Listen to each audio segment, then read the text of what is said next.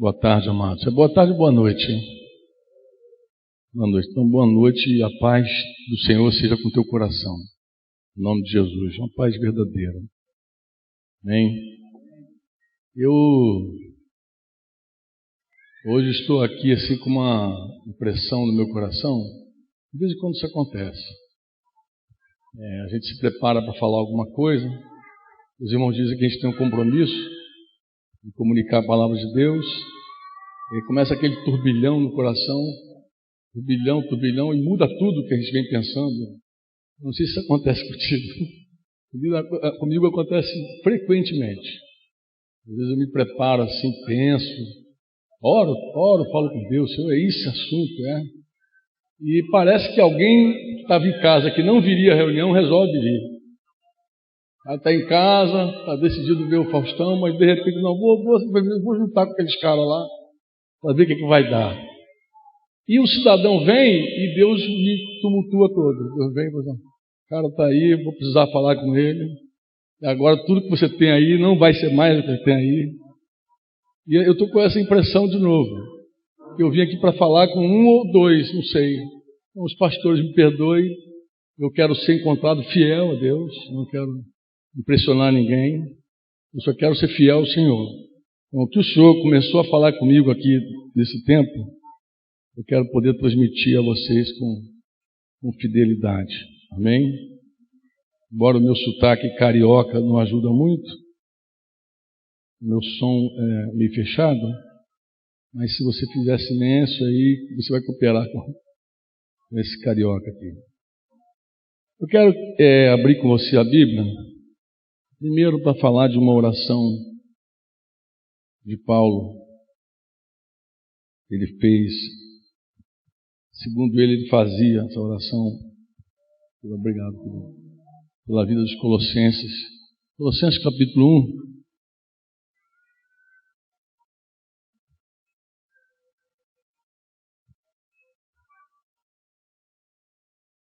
Versículo 8, ele diz que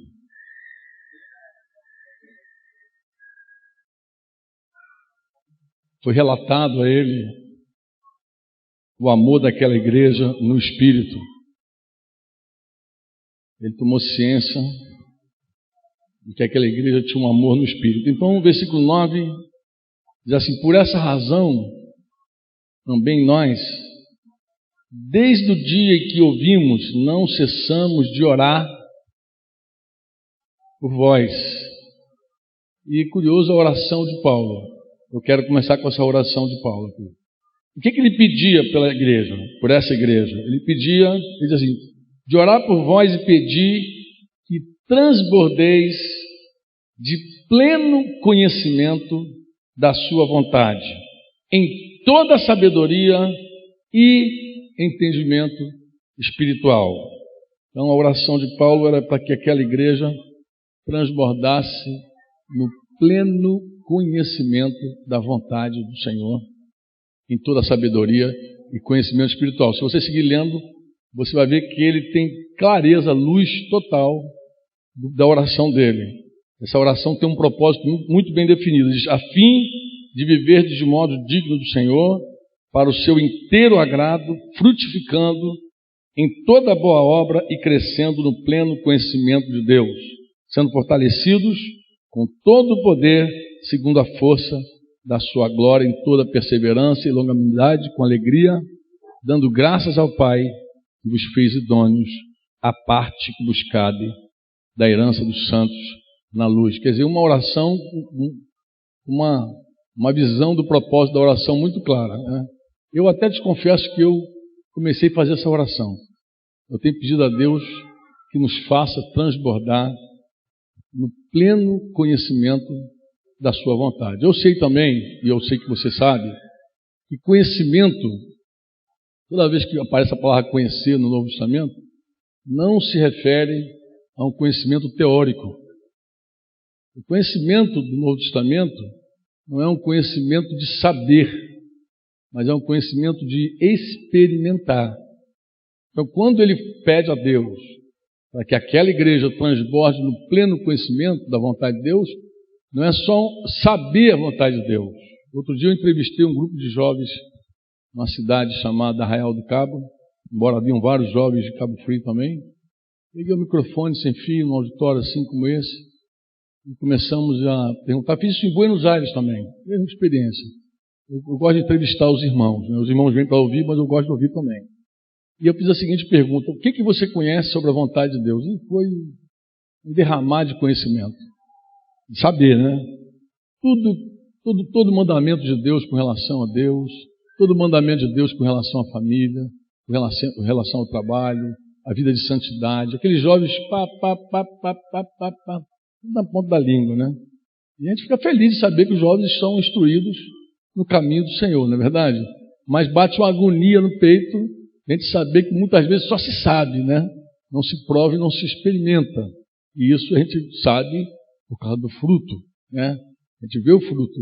Né? Se a gente experimenta a vontade de Deus, conforme Paulo está orando aqui, toda a sabedoria e entendimento espiritual, ele diz que nós vamos viver de modo digno do Senhor, para o seu inteiro agrado, e vamos frutificar em toda boa obra, e vamos crescer no pleno conhecimento de Deus. Então, se nós experimentamos de fato a vontade do Senhor, algo vai acontecer na nossa vida. A gente não vai ficar estagnado, amados. Não vai, e nós não somos aqueles que acumulamos versículos só.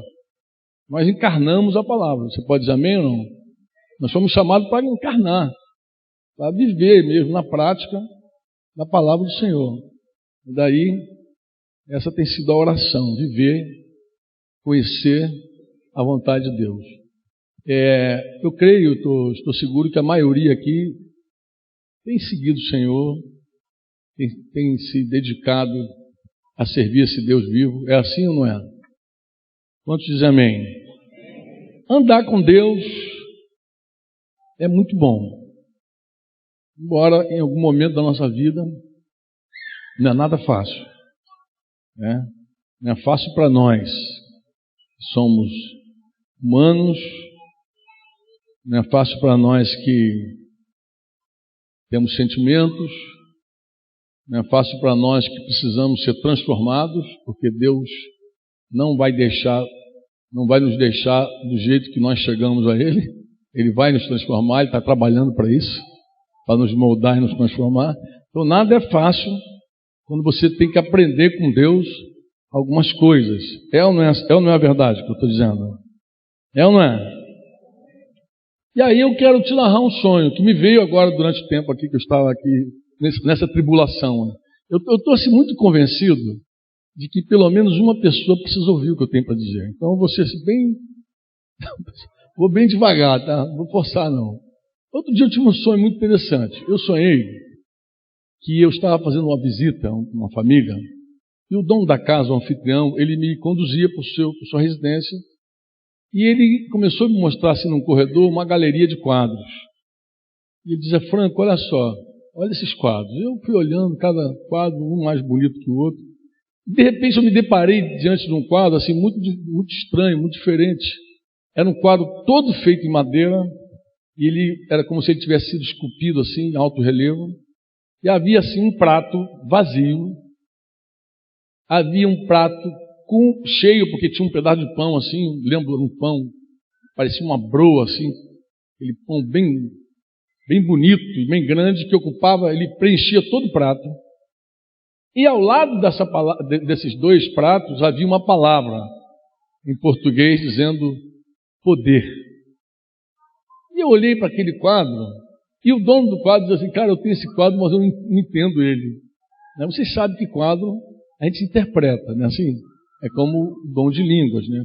A gente não traduz línguas estranhas, a gente interpreta. Alguém começa a falar em línguas e de repente você tem uma percepção de que aquilo que a pessoa está falando em línguas você está entendendo. Você sabe o que ela está dizendo. Não é uma tradução simultânea, né? É uma interpretação. E quadro é igual. E eu olhei para o quadro e falei para ele: cara, eu entendo esse quadro. E ele falou: se você entende, então por favor, me compartilhe aqui. Eu falei: esse quadro está se referindo a uma declaração de Paulo aos Filipenses. Eu falei: é assim. Eu abri o texto com ele, que eu quero abrir com você, de Filipenses 4. Paulo também está assim alegre por causa de uma oferta. E ele, na verdade, capítulo 4, versículo 10 de Filipenses, ele diz assim: alegrei-me sobremaneira no Senhor, porque agora, uma vez mais, renovastes a meu favor o vosso cuidado, o qual também já tinhas antes, mas vos faltava oportunidade.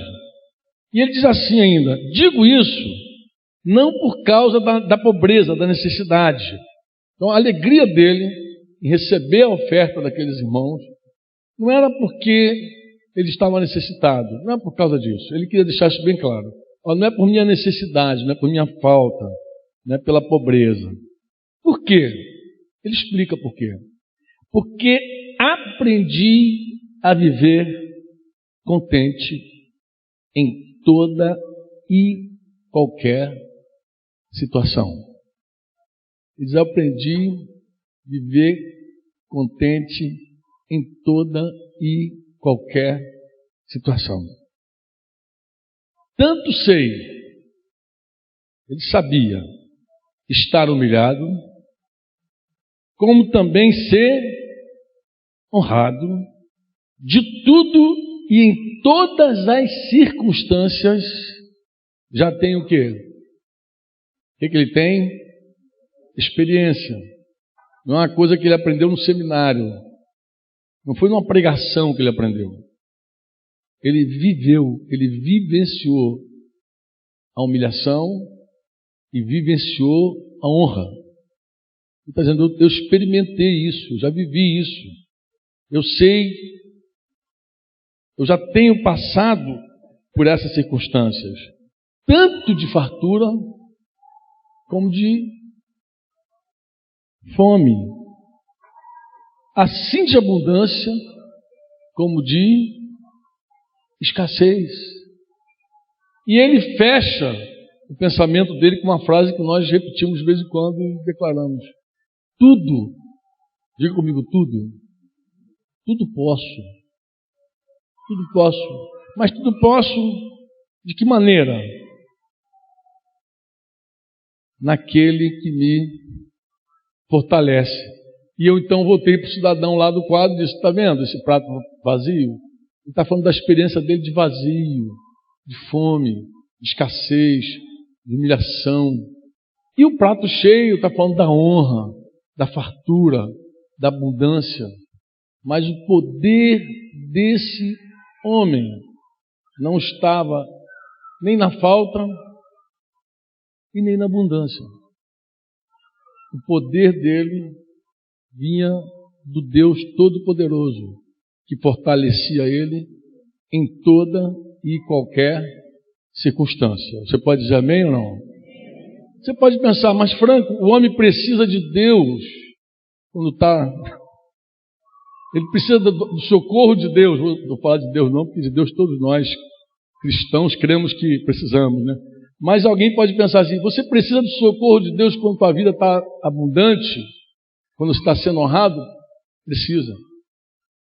Na verdade, tanto uma circunstância quanto a outra nos provam. O homem, ele não é só provado na falta, ele é provado também na abundância. O homem, ele não é só provado na humilhação, ele é provado também na honra. Por isso que a Escritura diz que o homem é provado em meio aos louvores que recebe. Muitas vezes nós não nos complicamos quando o prato está vazio. Às vezes nós nos afastamos e nos esfriamos quando o prato está cheio. Ter fartura não é fácil.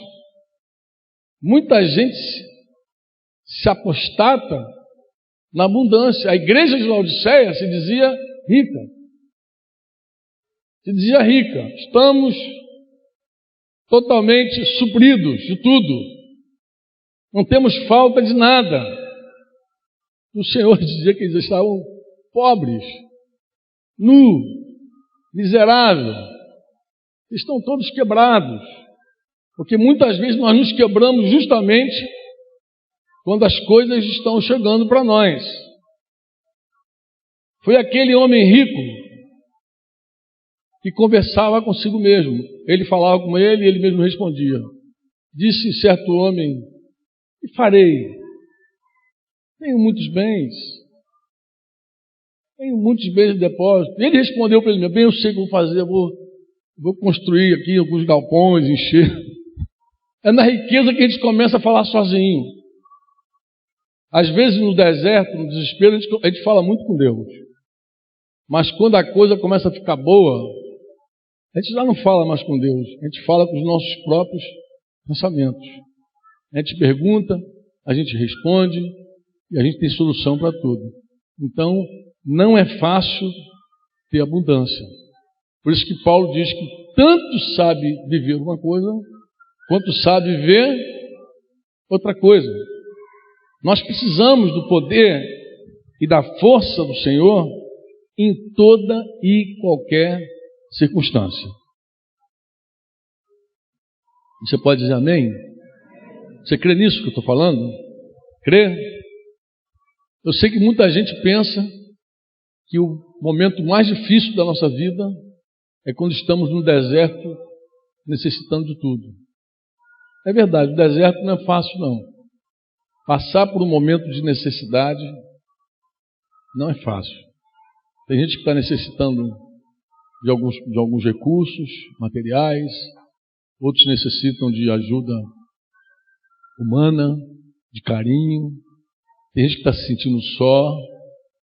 Tem pessoas que esperam em Deus por um casamento ou por alguém que vai realmente cobrir sua vida, que vai chegar para somar. Uma falta nunca é fácil. Nunca é fácil. Mas a abundância também, eu te falo, é perigosa. Então nós, como o sábio orou, ele pediu a Deus que não fosse demasiadamente pobre, para não ter que roubar, envergonhar o Senhor, mas também ele não queria ser muito rico, para não chegar à conclusão que ele era autossuficiente, que ele não dependia de Deus. O melhor da vida é realmente passar no meio termo, nem faltando e nem com abundância absurda, porque isso pode, de alguma forma, complicar. Você pode dizer amém? Você crê nisso? Mas eu quero falar com quem está passando nesse momento por falta. Eu não quero falar com quem está abundante. O que Deus colocou no meu coração foi a falta. Mas eu precisava falar da abundância. Por quê? Para que você não fique equivocado aí pensando que toda a solução da tua vida é ter. Que toda a solução da tua vida é que quando chegar aquilo que você espera, está resolvido. Isso é um engano. Porque nós dependemos do Senhor em toda e qualquer circunstância.